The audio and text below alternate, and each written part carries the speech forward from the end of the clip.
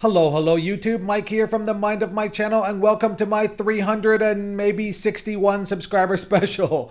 This is supposed to be a 300 subscriber special, but I'm way behind as usual. I've been super busy with work, and this is actually a redo. I had to redo this entire recording because I had a technical issue with Windows. Let's just say Windows 10. I hate you.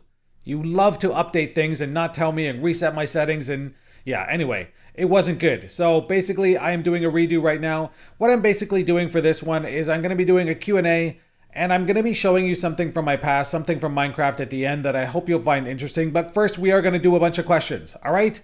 So straight off the bat, if I mispronounce your name, please don't get angry. I'll try my best, but I have a horrible problem with names, which is embarrassing because I'm an English teacher. I don't know why that is, but if you watch my Lord of the Rings, you will also know that because lots of people give me crap about that. All right, so the first three questions are from, I think, Smeagol789, and I love that name. First question is, what country would you like to visit? Well, that's a tough question, actually. I have traveled fairly extensively. I've traveled around South America quite a bit. I'm from Canada, if you don't know that. So obviously Canada and US. I've also lived in Taiwan for the past decade. So, wow, 12 years now. It's coming up on 12 years. So I've traveled fairly extensively in Asia as well. Japan, Philippines, Indonesia, China, Hong Kong, all those places I've been to basically all around Asia. I've traveled to some degree in Europe, but not a whole lot. There are a few places I would love to visit that I've never been. I'd love to go to Russia. I've never been there. I'd really like to go to Czech Republic. Prague is a city I would love to visit, and I've never been there either. If I had to sort of pick one out of my hat, I'd probably say Prague. Go to Czech Republic and check out Prague. Check out the Czech Republic in general, and maybe, I don't know, travel around Eastern Europe a bit. I've never really been out there, and that would be super interesting for me. So yeah, if I had to pick one out of my hat, that's what I would pick. But there are tons of places I would love to go. I love traveling. And, it takes a different kind of personality, I'd say, to do a lot of traveling. For me to come to Taiwan and live in a country that is predominantly doesn't speak English was a big step. And I highly recommend it if you have the kahoonies. Maybe if you're willing to pick up and just leave and start a new life, it's a very cool thing to do. It's definitely empowering, let's put it that way. You feel like you can handle anything after you've done something like that. All right, I hope that answers your question. And what is the next question? He also asks, well, he or she actually, I'm not sure. I tend to think of YouTubers as he, but that's not fair at all. What do you do in your spare time? Well, a lot of YouTube recordings. I am a gamer at heart, and I've been gaming almost my entire life. So I do like to play a lot of games. I find myself playing less and less games actually for pleasure, maybe as much. Now I'm doing a lot more YouTube. I do play for pleasure, but a lot of times I am doing prep work for episodes or stuff like that. So yeah. Other than that, outside of my computer life, I love a lot of outdoor stuff. I basically have two modes, basically. I'll be in computer mode or I'll be in outdoor mode. I love camping. I love mountain climbing. I love going to the beach. I love swimming in the ocean.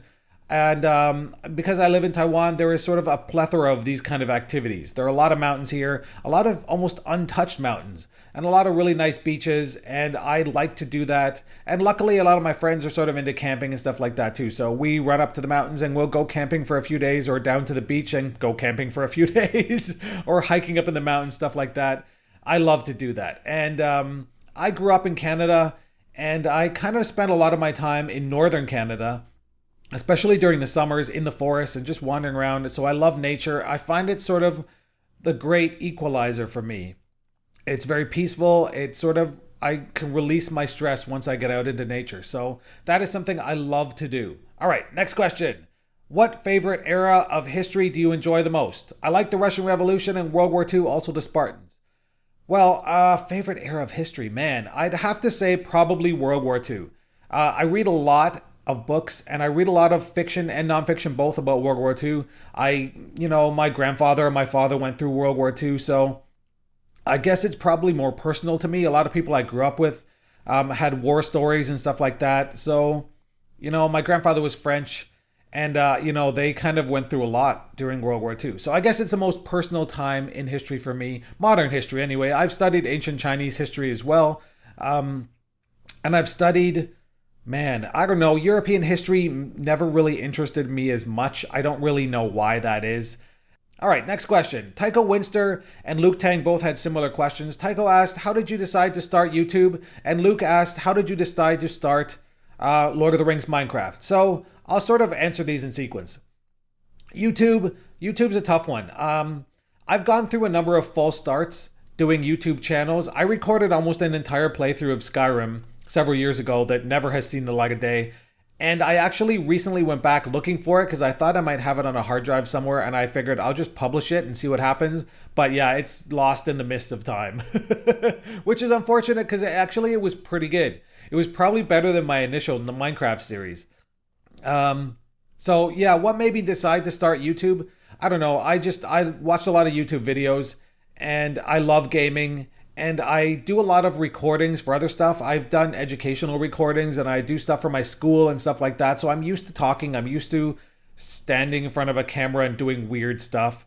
So I don't really know what made me start the gameplay in general. I guess I was just inspired by YouTube and I wanted to do it, and I tried a few times and I never really felt I maybe had the confidence to put it up on YouTube. And then I did a couple of tutorials and I thought, you know what? I'm going to start a Minecraft series. And it just seemed logical for me to go with Lord of the Rings Minecraft because actually, even though you won't believe this, I had quite a bit of experience with Lord of the Rings Minecraft. I've played it extensively. And I didn't do a whole lot of, when I first played it, there wasn't the map or an entire map of stuff. Most of the biomes weren't in existence. The Shire was there. I did a lot of building and just playing around in the Shire and sort of those related areas, but I didn't do a huge amount of exploring. I just enjoyed the mod for what it was. And that's why, when I play now and I show my ignorance, people are like, what are you doing? You've never played this mod before? Well, yes, I have, but just maybe not well. So yeah, I just started Lord of the Rings Minecraft because I was familiar with that, because I really liked the mod. Also, there aren't surprisingly few good playthroughs or good series of Lord of the Rings on YouTube. I know I'm not going to insult anyone because there's a lot of content, just not a lot of good single player series. And that's really what I wanted to do. I wanted to do something a little bit different. I wanted to do something. A lot of people like Paul Soares Jr., Mr. Gibbs, they've all given up. A lot of the big YouTubers have actually given up Lord of the Rings in general. And people have told me that they're worried that the fans are too militant. People freak out if you make the smallest mistake, and some people don't like that, especially if you're not super into the Lord of the Rings lore. And that can be sort of an issue, and it's been an issue for me, and I'm trying to learn the lore as fast as I can. But the fact is, I have read the books and I have watched the movies, and I still don't know half of what's going on. There's so much detail and so much intricacy in the lore and in the stories and in all the characters that you really have to take a long time and study it. It's like studying real history. And I was never much into real history, to be honest. It's just a bunch of memorization. So I found that boring.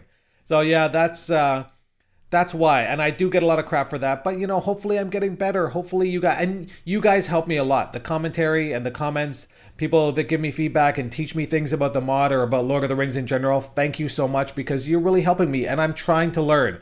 So don't get frustrated if I'm a little slow. It's tough. It's a lot to learn, really. All right, next question. All right, Glowing Steel asks, what do you teach? Well, I've talked about this fairly extensively before, but I am an English teacher. I'll talk about it again. I've been teaching English in Taiwan for over a decade. I teach at a high school. I teach both junior and senior high school, but it's more so junior high school. And I love my job.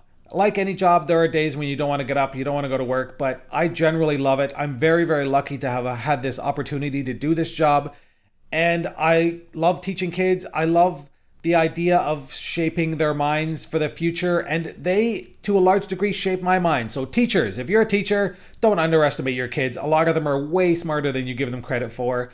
Listen to what they have to say. You can learn from them too. I'm very lucky to have that kind of chance where, I teach them, but they teach me, and they keep me young and they keep me happy. I could be in the worst mood and I go in there and I see their smiling faces and I'm happy, I'm in a good mood. So yeah, I'm very lucky. And if you're a kid, appreciate your teacher because they work hard. Trust me, it's a hard job and it's a high stress job. I'm just lucky enough that I have maybe a personality that fits teaching. I used to be a graphic designer. That was my job for most of my life, actually, was a graphic designer. And I did it because I'm a natural at computers. But to be honest, I never really liked that job the way I like teaching. So yeah, it just fits my personality. Sitting in front of a computer all day, saying nothing and being antisocial is not exactly my style. Although I definitely go through my antisocial stages. All right. What else do we got here? All right, Vector has a question. Well, it's not so much a question, more of a demand. He says, please let me see your wife in the Q&A. Well, you're not going to see my wife in this Q&A. And it's not because I'm trying to hide her. It's just because she's a little bit shy with this whole kind of thing. And I did talk to her about it, and she's kind of like, maybe next time. So I'm not going to force her to do it. And I can understand. I still get the feeling she thinks it's a little strange for me to be sitting in this room and talking to myself into a camera and then putting it online for everyone to watch. It's definitely not for everyone. And, she accepts it as a hobby, but I'm not sure she would be into being here with me. You never know. It might happen in the future, but for now, I'm sorry. Maybe I'll put a picture or something in here. All right.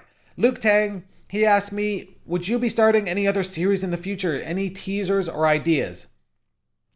Well, Luke, and everyone, I do have a show that I'm working on. And I don't really want you guys to get excited yet because this is really, and I mean really, in the planning phases. And it's going to be, well, at least tentatively called Tales of Middle-earth. And what my idea is for this show is it's going to be a series based on Minecraft, based on Lord of the Rings, using the same mod, but it's going to be sort of one-off episodes. Not a continuation story, just a single story in one episode, and then we move on to another story in the next one. It's going to take a lot of work. It's going to be highly, highly scripted, and I'm approaching it more in the way of almost like a TV show than I am a Let's Play. It's literally going to be a scripted, basically TV show that's going to be shot in the Minecraft engine. And, I'm still, like I said, really in the planning phases. But if anyone's interested in volunteering their voice or volunteering their time maybe to come in and there are some areas of the mod especially or some things that are very hard to script that you really need extra people in there. Maybe if I set up a server and people come on and we do a show together and I set up the scripting separately, or I'm not really sure. We're still kind of working on it, but I'm really excited for this. This is the kind of stuff I really want to be doing. I'd like to do the highly scripted stuff. It's just the problem is I really don't have time, and people are kind of like, we'd love to see a lot of episodes. We don't want to see one episode a week, basically, which is, what it would take for me to do something like that, or even maybe every 2 weeks. So this is going to be more of an occasional kind of thing that I put a lot of work into, and other people are going to have to be involved in it with me. So yeah, let me know what you guys think. Anyway, I don't have a teaser, but there will be a teaser coming soon. I am working on one. So we'll kind of see how it goes. All right. Okay. Next question. We have a question from A. Alos. I hope I'm pronouncing that right. And he says, as a married man, what does your wife think about you spending time playing games or editing your recorded gaming sessions? I mean, does your gaming life intervene with your married one? Well, that's a great question. And I think everyone that has a girlfriend or a wife struggles with this same thing. I mean, especially if they're not a gamer. My wife, she knew I was a gamer from when we started dating, and she's okay with that.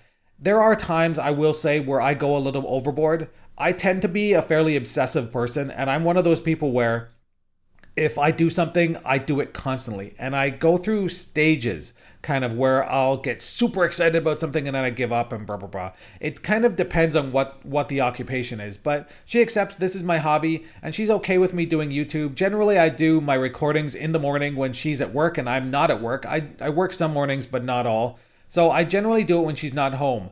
As far as editing and all the other work I do, design stuff on the channel and stuff, yeah, I do quite a bit at home, and it's not always a good thing. But we do have a kind of ritual we go through. Pretty much every day we have dinner together. When she comes home from work or I come home from work, we'll have dinner together, we'll talk about our day, and maybe we'll sit down and relax together for a bit. And then if, I want to go off and do some recording or some editing or anything like that, and she wants to go and, watch a baseball game, she loves baseball. So we do have our own separate hobbies, but I think it's important to make sure you're reconnecting with your significant other or your family, your mother or father. The same idea. Don't spend 13 hours a day in a room just gaming. I mean, you have to be social. You have to reconnect with your family and friends, and those things are super important. They're more important than any game. I know this. I'm an obsessive person. There was a time in Canada where I got hurt at work, and I probably was maybe, 4 or 5 months I didn't work and I was sort of at home stuck doing nothing. And there were times where I'd spend like 13, 14 hours a day gaming for like a month at a time. And it was a horrible experience. It seemed fun at the time, but trust me, you don't want to go through that. And I've learned my lesson, and I've learned to pace myself. And that's one of the things that's one of the reasons why I push back at people who sort of are like, where's my videos? Why are you so slow? Blah, blah, blah. I kind of like, I have to pace myself. I am worried that if I obsess over this too much, if I go too far into YouTube, one of a few things may happen. One, my wife may say, look, this is too much. You got to stop. And I will stop. I mean, she's my priority over this any day. She's one of the most important people in my life.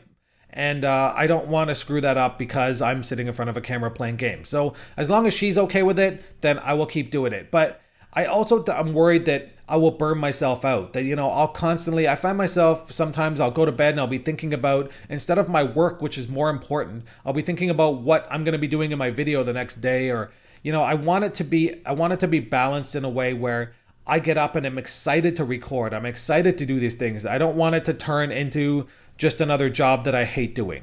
That's really it. So that's why I pace myself, and that's why I take breaks and I step back sometimes, or on the weekends I go out and I do stuff, and those things are really important, and it's important for me to do that for my own health and for the continuation of this channel. I hope that kind of in a roundabout way answers your question anyway. Chazrad has a question about boating to Menotarma. Will I do that on stream?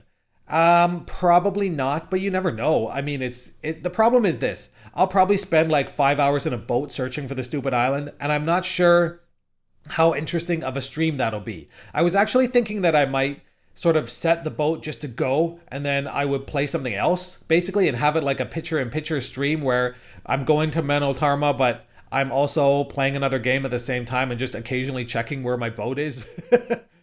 But I'm not sure how well that will work. I'll have to think about it. Right now, there's a ton of other stuff going on. Anyway, so yeah, we will see how it goes.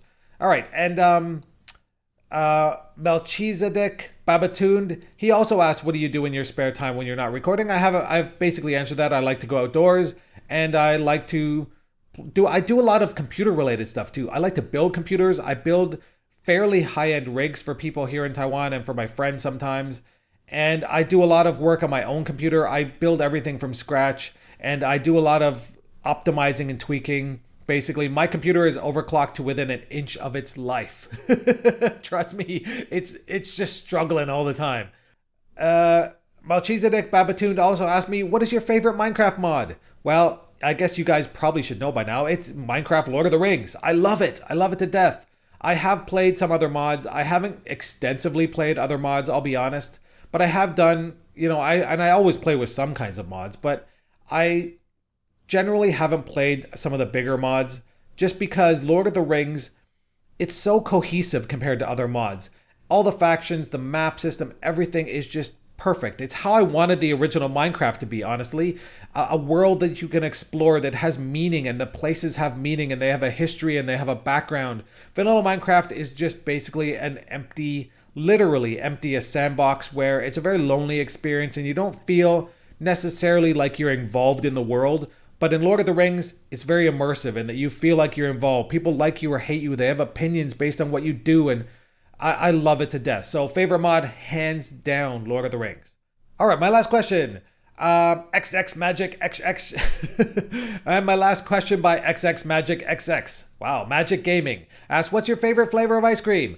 Well, my favorite flavor of ice cream is Haagen-Dazs, macadamia nut, hands down. I love it.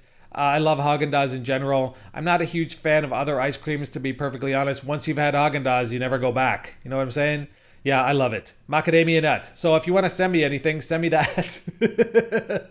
All right, guys. Well, I'm going to take you on a quick journey through Minecraft for a second, and then we are going to come back and I will say goodbye to you. Alright guys, well this is basically what I wanted to show you. I wanted to take you on a little trip down memory lane into what I think is possibly my first Minecraft world ever. I found this on an old hard drive, and this is the world that probably made me fall in love with Minecraft. I had a very stressful job at the time, and I kept sort of coming back here, and it was very peaceful and relaxing after work. And that's how I got into Minecraft, was in this little house here in the middle of this lake. And I know it's very amateurish, but, don't laugh at me too much. I loved it to death and I had so much fun here. Ew, that's not a great house. Yeah, wow. Well, you know what? It could have been worse. I've seen much worse in my life, that's for sure. What's in here? Not a whole lot. What do I have in the basement down here? I can't remember this at all. Oh yeah, I remember trying to build this underwater kind of view with a wall and infinite water supply, and it sort of worked. Except there usually be about 50 squids in here, half dead. So yeah, not entirely... Huh. Oh, I do have a bunch of... Oh, what's that? Okay. Oh, what's my... I'm breaking 1. Efficiency 2. Alright, well, I got some stuff here. I guess this was probably my garbage. I had a habit of doing that, putting a little lava piece there, and I could throw stuff in there when I wanted to get rid of it. Yeah, very sort of amateurish, but cozy. Got myself a little jetty here of some kind. I don't know what I was thinking with that whole boat thing. I'm not sure that was very efficient. Got my little garden here. Got another garden over here. I guess I must have built this just on top of the water. What's in here? Oh, we got ourselves a bunch of watermelon. Anyway, yeah, very cool. Oh, I'm in creative mode, by the way, so I'm just gonna fly over here. I guess I had a few sheep and chickens and stuff down there. Now, another thing I had, and I'll kind of show you what I did here. If you see over there, that's my portal. I don't know why I built it over there, I can't remember. But yeah, I did. I have another farm of some kind over here. Got some cows, got a tiny bit of wheat, probably just for breeding cows, I guess.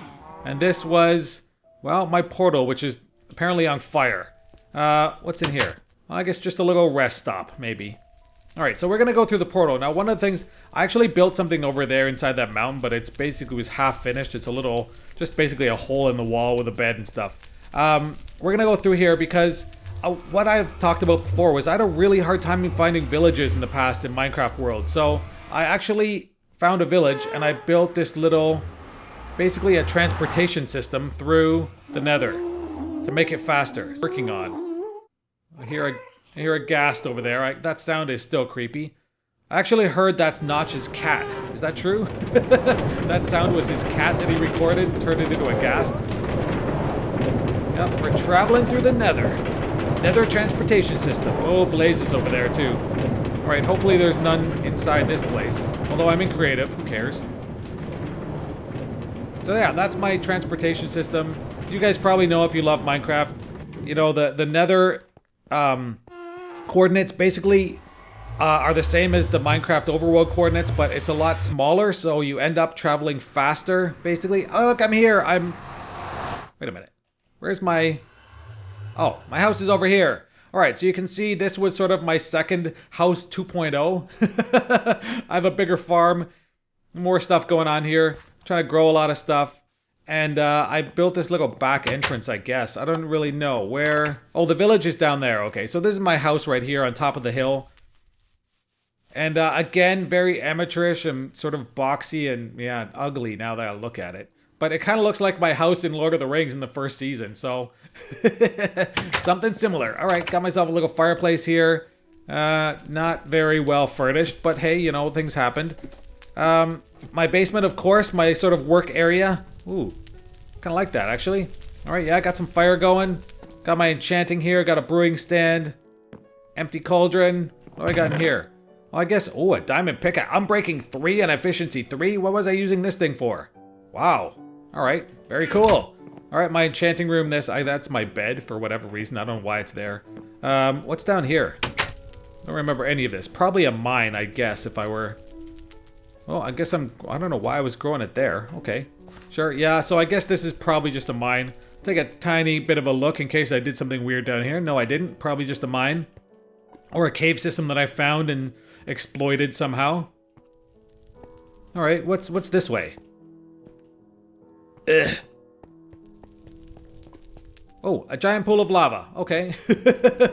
Probably using that just for the lava itself, for smelting stuff and etc, etc. Can I get back up here, please? Alright. And back up. And out, hopefully. Can I get out, please? Thank you. Alright. I don't know what I was thinking with this roof design here, but, you know. Also, you can see here I have... Oh, do I have a minecart around somewhere? Any minecarts? Oh, nice. Oh, I guess I already had a minecart, technically, in my thing here. See if I can just... Boom! Can I get in it? Can I push the button? I can! Woohoo! And where are we going? Oh, we're going to the village. Alright.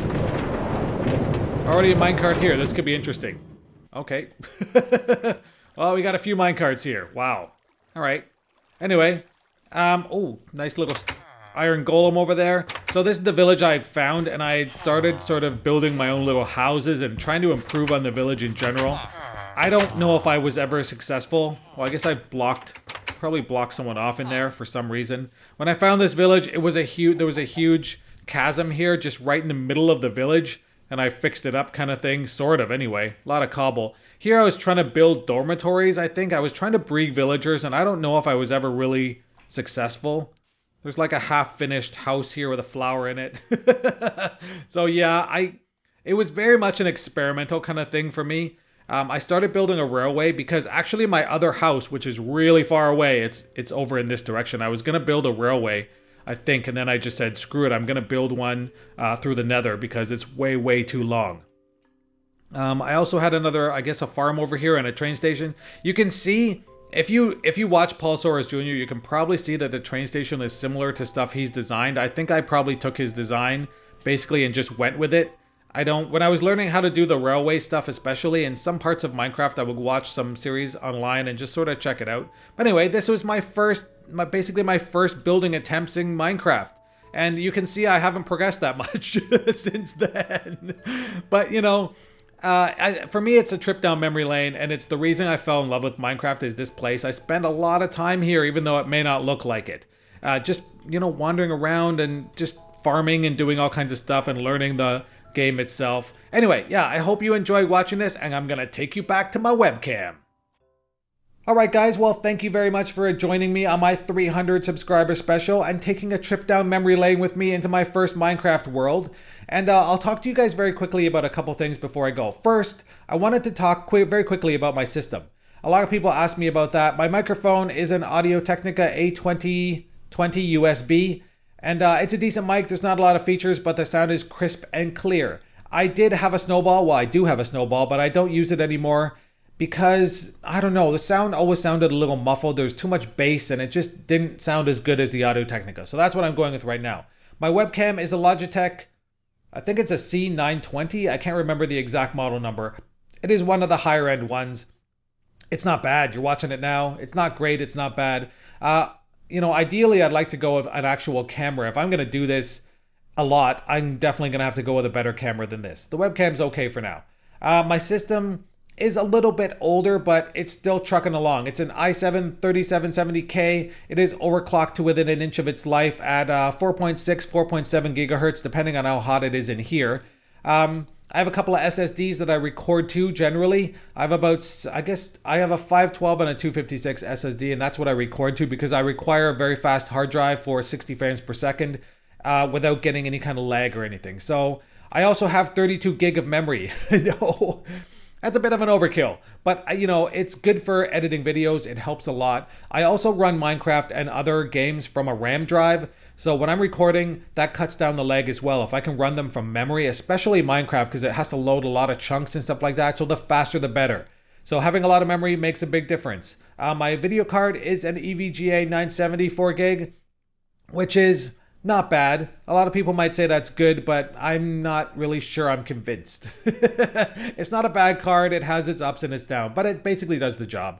It still lags slightly when I'm recording certain things, but it's not too bad. My mouse is a Roccat Kova, and it's not a hugely known brand name, but it's a super good mouse. If you're left-handed like me, it's a great little ambidextrous mouse, and I would definitely check it out if I were you. If you're left-handed, if you're right-handed, you can choose whichever mouse you want. There's tons of them, but there are not a lot of good left-handed mice, and yeah, that's the one I use. All right, so finally, I wanted to say a huge thank you to everyone for sticking around, for commenting on my channel, for helping me through the times when I was frustrated or teaching me new things. You guys are awesome, great, I love it, and I don't know. I don't even know how to say thank you exactly, but just thank you. Every day I look at my channel and I see the subscriber numbers going up, and I feel like, you know, it's sort of a vindication as far as the amount of work I put into the channel and the amount of time I spend recording and trying to fine-tune everything. it makes it all worth it. So thank you very much, guys. I appreciate it. And, I'll see you again. I'm probably not going to do a 400 subscriber special since I'm at like 360 now. I'm going to wait for 500. That's going to be a bigger number, and I'm going to hopefully do a bigger special. All right, guys. Well, I hope you enjoyed this. Thank you very much, and I will see you next time.